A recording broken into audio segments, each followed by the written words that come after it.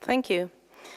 Today there has been a lot of discussions on a letter from Sergei Lavrov, the Minister of Foreign Affairs in Russia, and there has been a press conference where you have both got a lot of questions about it.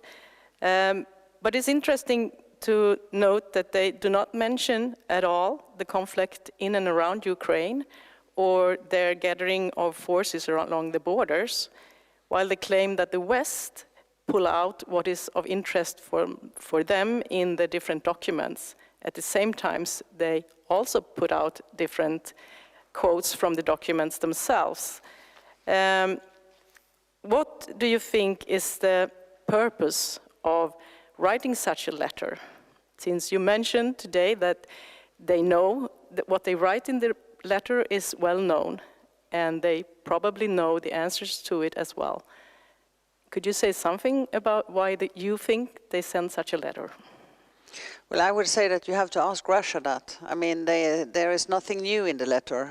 They have said this for months now. They started already in Stockholm at the OSCE Ministerial Conference to put forward some of those issues, which is about the European Security Order, which is founded on the Helsinki Final Act and the Paris Agreement and underpinned by the United Nations rules. And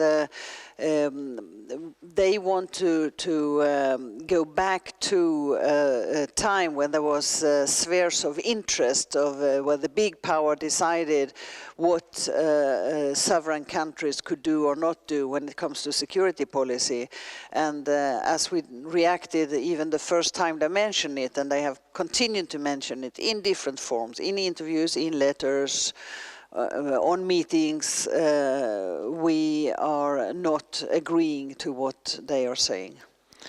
Maybe one point actually when reading this letter at least came to my mind, that when they speak about our common security and our shared security in Europe, I would like to actually see the new teams being discussed, and not speaking so much about the military security, but speaking about the environmental security, speaking about the climate security, which are the real threats actually, if you look the existence of us in Europe and so forth. And I have the same view that they are trying to turn the wheel backwards, and we should put it forward to those issues where we really should look our common interest. And I think when we are both members of the Arctic Council, I have to say that one of the best discussions probably in the Arctic Council has been linked to the climate issues, and even the Russian concerns currently about the climate change or dumping of the nuclear waste in the Arctic oceans and how to get it up and so forth. And these are the real threats actually. And of course, when trying to come backwards to this kind of Cold War rhetoric, spheres of interest and so forth, it's finding new dividing lines in Europe. I think it's something that we should not agree, and we should be very clear that this is not the direction where we want the European security to go. Thank you.